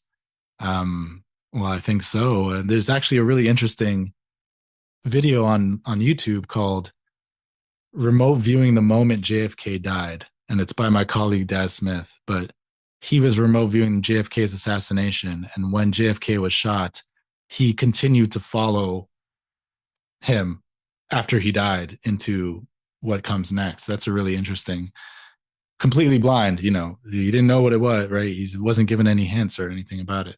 That's a really interesting video if you're curious in terms of a remote viewer's perspective on the afterlife. But yeah, a lot of different questions, and I know you guys probably have a lot of questions on your mind as well. So in terms of, you know, how do you see more of that kind of stuff? I mean, we work these projects at FFGRV. I also teach HRVG remote viewing at ffgrv.com. But there's lots of free content on YouTube. You know, the channels are Future Forecasters and Future Forecasting Group. And my website is thefeedbackloop.info. On X, I'm at Nyiam_. And I have a free beginner's guide on my website. So if you think, okay, I want to try remote viewing, you can download that. It's a template that has the steps that you can follow. There's a couple targets on my site too, so you can try it on some of those targets there. And then maybe for the people that are a little more serious into it, I have a ebook called Target Workbook 100 Targets, and there's 100 remote viewing targets in there. So if someone wanted to really get into it and work 100 targets and start to build their skill, that might be something you'll be interested in. And you can contact me at the feedback loop. There's a contact sheet there in case you're curious about, you know, anything we spoke about or learning remote viewing. You can contact me there. And really what you're going to learn is something new about yourself. So you might think of remote viewing and say, oh, I'm going to see this thing out there and this mystery and I'm going to solve this. But really what you're going to end up doing is learning something new about yourself. And that's really the message that I want to send when it comes to remote viewing. So we can wrap it up there and, you know, take any questions that there might be. Yeah. Oh, wow. So this is so amazing. And I've been so excited, as you know, to have you speak. Ever since Nyiam and me met, I've been really excited about this. So obviously, everyone, we're going over and we'll send you the replay if you have to leave early. But this is such an amazing topic. And of course, we could go forever.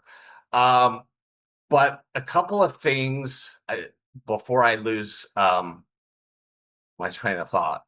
If you haven't seen the Men Who Stare at Goats movie, Nyiam told me about it. I don't know how I didn't know about it because it has like all these like big major stars and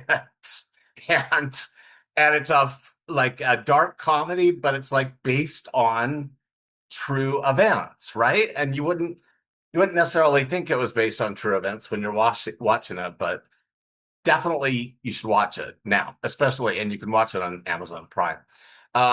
So when he was talking about Dr. Richard Ireland, maybe a lot of you may not know, but Mark Ireland is his son, and Mark Ireland, his father, followed in his father's footsteps and written all these books.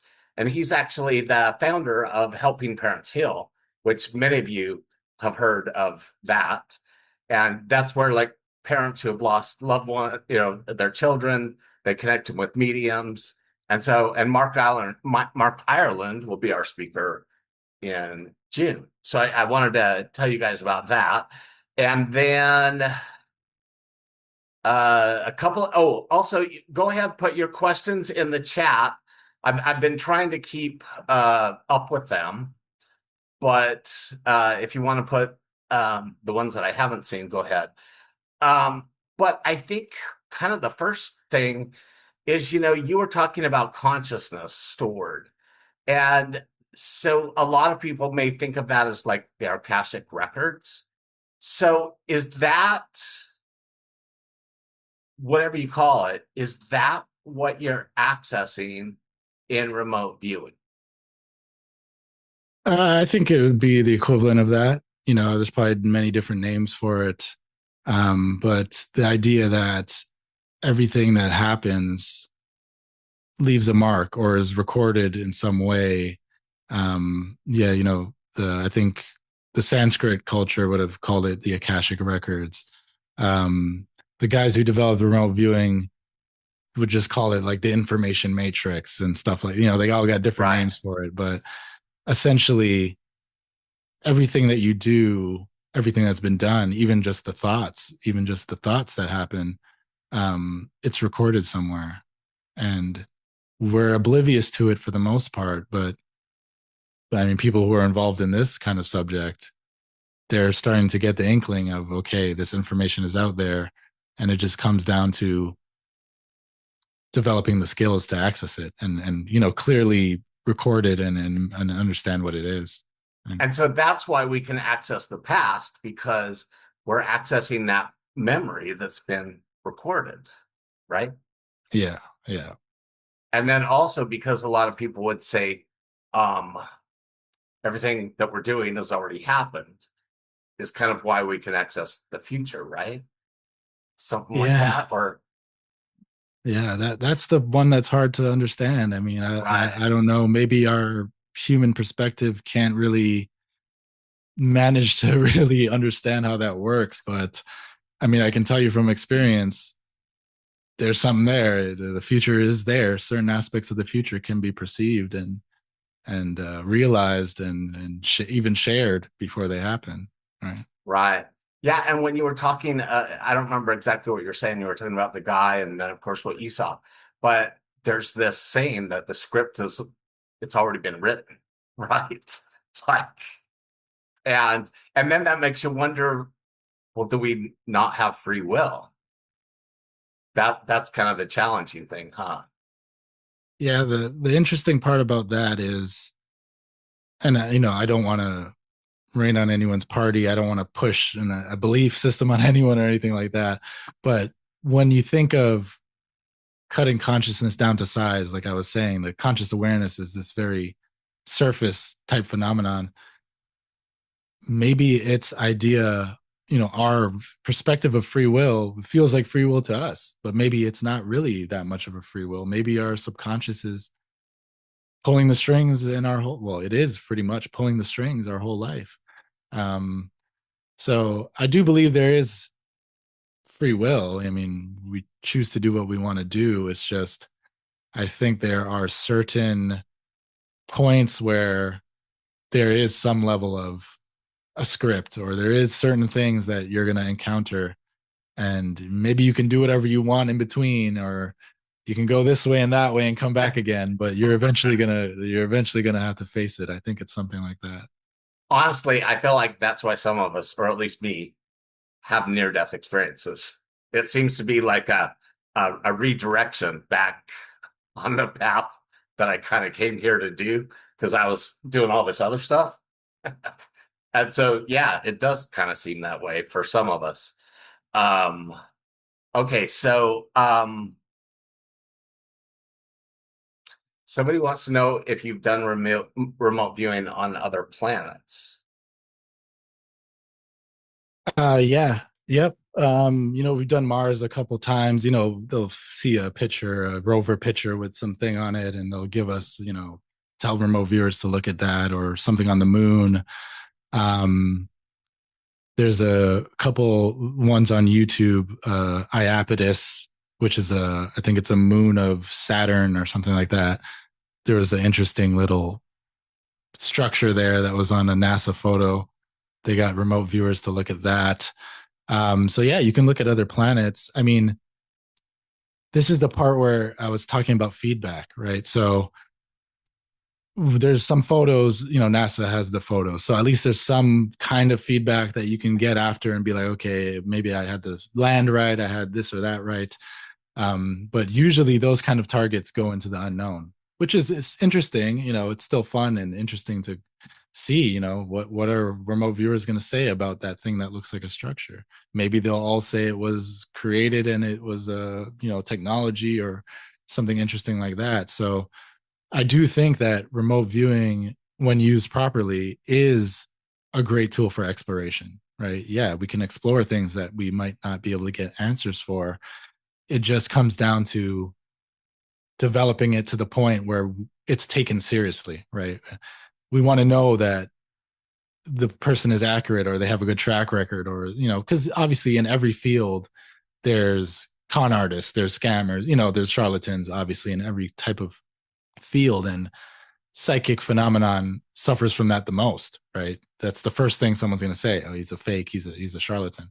So we try, as a remote viewer, I try and stick to the things that we can verify in order to keep the credibility where it is, right? I don't want people looking at my work and just being like, oh, all he does is talk about things that we can never know, right? It's fun to do those every once in a while, but the whole point of teaching remote viewing and getting people involved mostly involves doing what we would call boring targets, thing that you can look at after and be like, yes, I got it right. But yeah, you can explore some unknown things. You can look at other planets, the moon, and those are fun things to look at for sure. Yeah, well, and also what I think is really cool about remote viewing and what you're doing is that it is structured. There is some scientific method to it and some documentation. And to me, that helps validate for many of us that have had NDEs and all these experiences. Many of us didn't necessarily take a course. We had an NDE or something, and like it happened. And so, which is the whole reason this group was formed, is because am I going insane, or did I really have these experiences?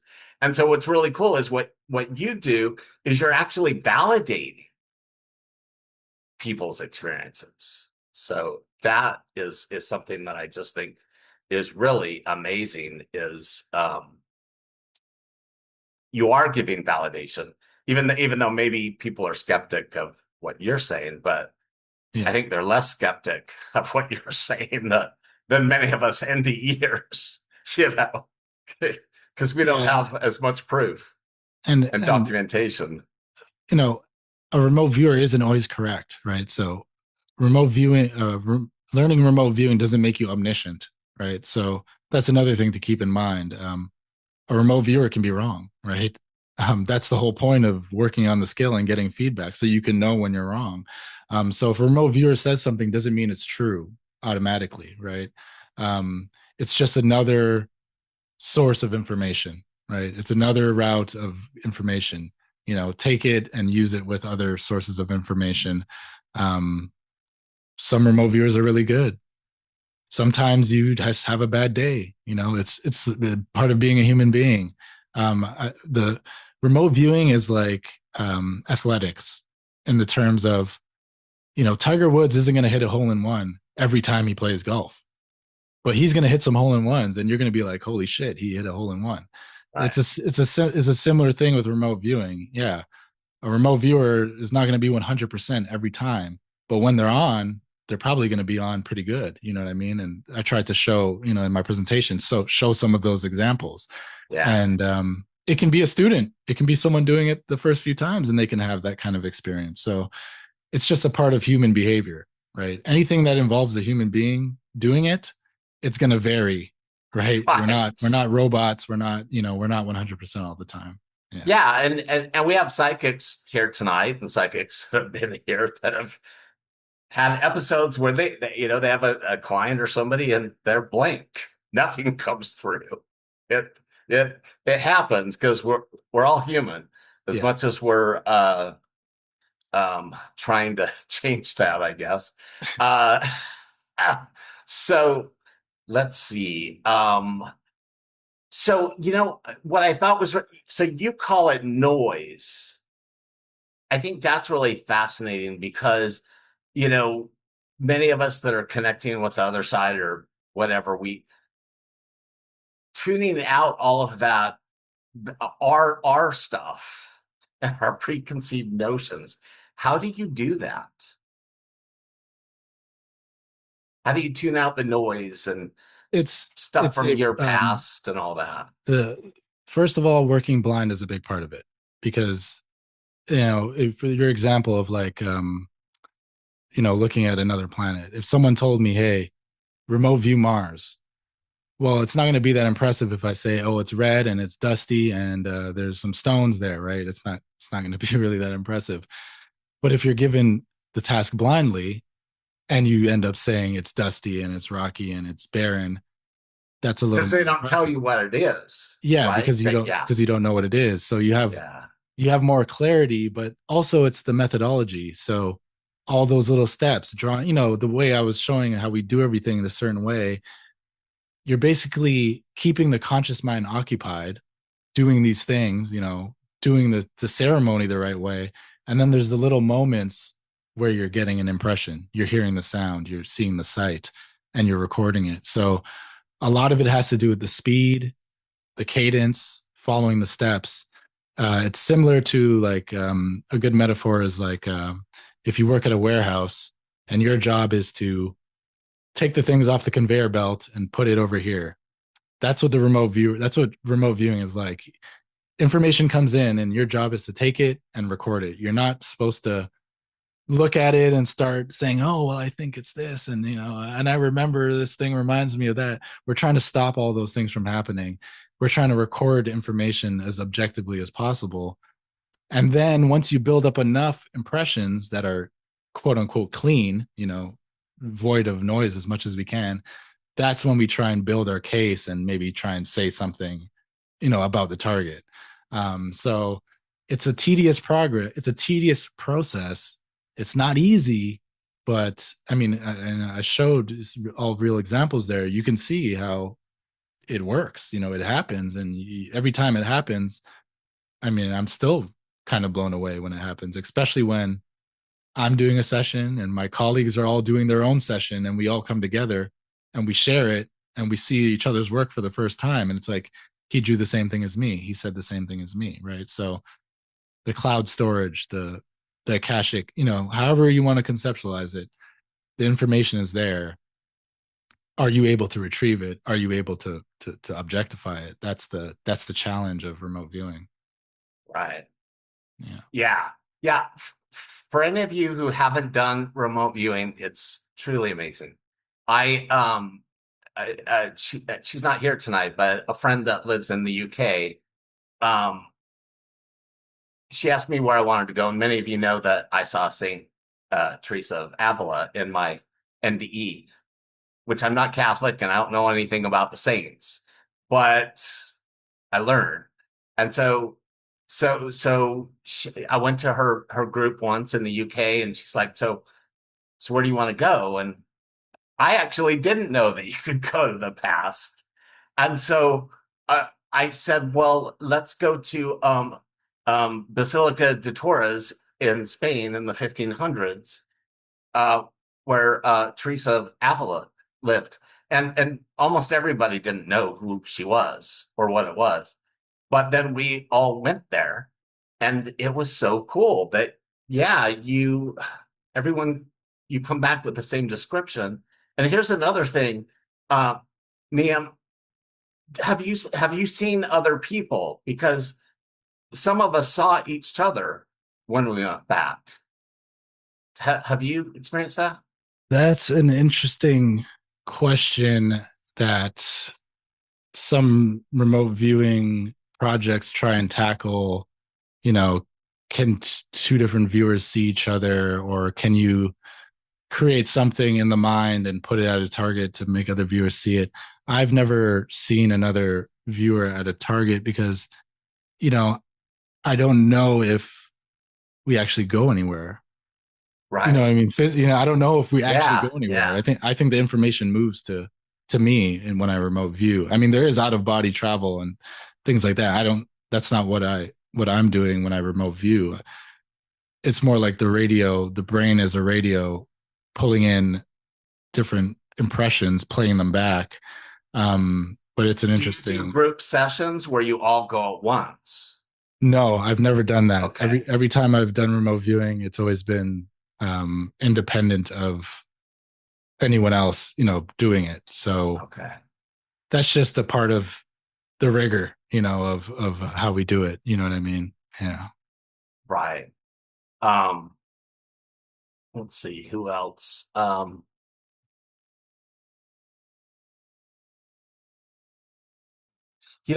Back to the future kind of thing. So what is your personal belief? You've remote viewed the future. You've seen the future. Do you think it's possible, like several timelines, or like that we can change the future? Like that it's not always written in stone? Yeah, I'm going to answer that. I just want to make one comment on Margie said in the chat there, by location is something that remote viewers experience, and I've experienced that before. That's where it's like you're there. You have the experience of being at this place, like you're there. I have experienced that, but I don't know if I'm actually. Even then, I can't say that I went anywhere. I think it's just so much information has accumulated that we can emulate the target and we can experience it as if we're there. That's what I think happens in those moments. But in terms of your question, I do think the future can be changed in certain ways. It's such a nuanced thing. If I see let's say a tsunami, if remote viewers and psychics all say, okay, there's a tsunami going to happen on this day at this time at this place, maybe I can avoid it, maybe you could avoid it, but is everyone going to avoid it? Right? It's like certain things I don't think we can change. We might be able to change our outcome in a subtle way or in some kind of minor way, but I don't even think, to a certain degree, I don't know if that would be a good thing. If people could change anything they wanted, I don't know if that, Right. I don't know. I think it has good intentions for most people. You know what I mean? Most people think, oh yeah, we're going to see the future. We're going to avoid the bad things. But then there's obviously people who would use that in the wrong kind of way. Right. On a personal level, I think it's great. If you can avoid some danger and change the outcome of a situation, I think that's much more easy to do on a small scale. But the big question is, can we do it on a large scale, right? Can we stop some big event from occurring? Well, yeah, like for example, I mean, the world's going insane right now, right? As we're doing something a little different tonight. We're taking a break from the insane world and everything. And so it just makes me wonder if enough of us are literally raising our vibrations, focusing on something different. Can we change the trajectory of where it seems like we're headed? Yeah, I think it can. I think it's possible. It's just going to require a lot of introspection and self-discovery on the part of the people, I think. Right. Yeah.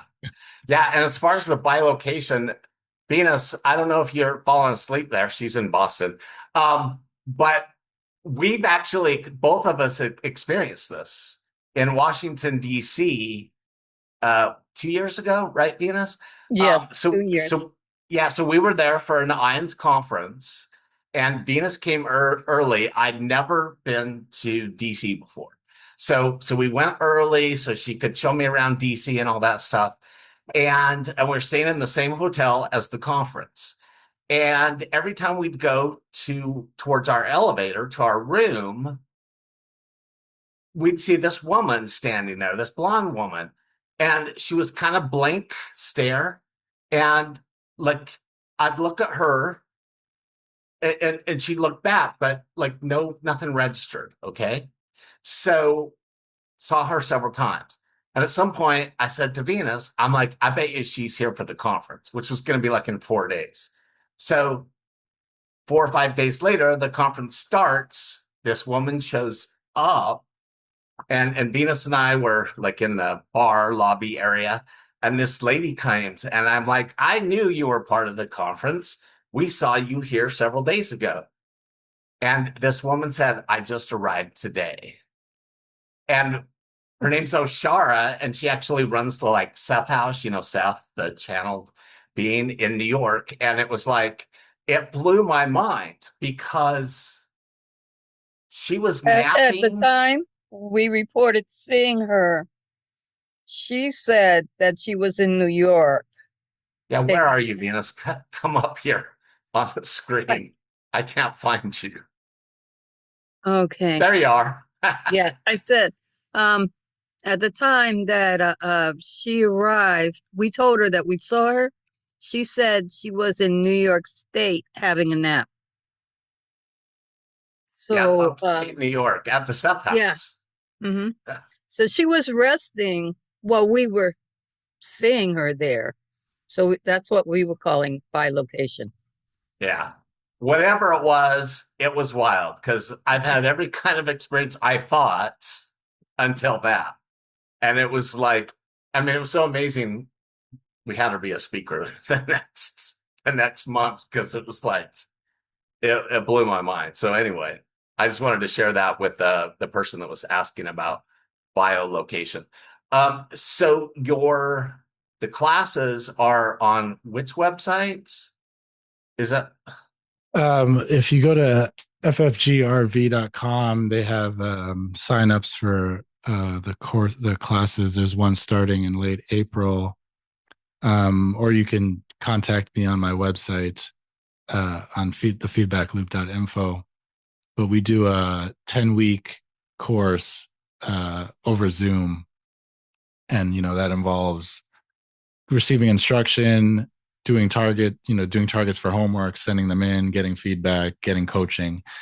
And then after the course is done, we have like a remote viewing community of graduate students that all meet up and, kind of continue the learning process and, have people to talk to and grow in that space. So yeah, it's been really interesting being able to teach people, because that's really what my passion was kind of initially. Like I said, I was making these videos to try and show people and teach people. So now to actually be able to do it on a larger scale is very fulfilling. Yeah. Yeah, that's really awesome. So go to Nyiam's website and then also the Future Forecasting Group, and definitely check out their Instagram page because there's all these clips like. And then, I was going to ask you about the what's that? The apocalypse or whatever in what you saw. That's on there, which you don't need to share now, but everyone can go look at it because I thought it was really fascinating, and it would be fun for you to share more about that sometime. Maybe you can like share it in the groups or something. Yeah, sure. I guess the main problem with when people ask me like, oh, what did you get on this or that, is that I do so many of these that I have to like go back and actually look at it most of the time to actually see my session and remember. Cause like we do, every week we're working a new project and it's been year after year. But yeah, we've definitely done some stuff that's more woo woo, like, the rapture and, all types of, some very philosophical and, religious type targets. We've worked stuff like that as well. So there's an interesting project on there right now, the Shroud of Turin. One of our groups of remote viewers looked at the Shroud of Turin, crop circles. What's the formation? What forms crop circles? So there is a lot of really interesting things that you can look at with remote viewing. And if you have if you have it organized and you get with the right group of people, you can uncover new things. You can get new perspectives, and it's a great way to use a new this new thing that you've discovered about yourself. Yeah, that's awesome. So yeah, you guys can go there and check out if you want to sign up for April. And if we're lucky, and if enough of you message Nyiam on his website, maybe we can get him to come do a little primer starter, simple workshop to get you ready for the bigger one in April. So anyway, I want to thank you so much, Nyiam. I like I said, I've been so excited, and ever since we first met, I was like, wow, I just love what you're doing, and you're helping the, well, I wanted to say the world, but I think consciousness, like you're helping everyone in a big way, and I want to applaud you for that. Do you have any last messages that you want to share with anyone or everyone? Thank you to everyone for attending this, and if you're watching this after the fact, thank you for taking the time to listen. This isn't exactly something that everyone will stop and listen to, and you're a special kind of person for having interest in this kind of thing. I mean, hopefully in due time we'll have a lot more people in the world maybe focused on something like this instead of the way things are going right now. So yeah, wouldn't it be amazing? yeah. Yeah, so yeah, if you're watching the replay on YouTube, you can put your comments, or questions in the channel, or in the bottom, and then Nyiam can come back and answer them. So do that, because I know that you guys had a lot of cool questions and we didn't get to all of them. But again, thank you everyone for choosing to spend your time with us. And thank you so much, Nyiam. I mean, I just am so honored and grateful that you joined us and shared your wisdom with us. Thank you for having me. It was a pleasure. Yeah. Aloha, everyone. Have a great night. And hopefully we'll see you Saturday at the Spiritual Awakening Sharing Group. And then, if not them, the 17th to the Hawaiian Sharing Group. So aloha. Have a wonderful night. See you all soon.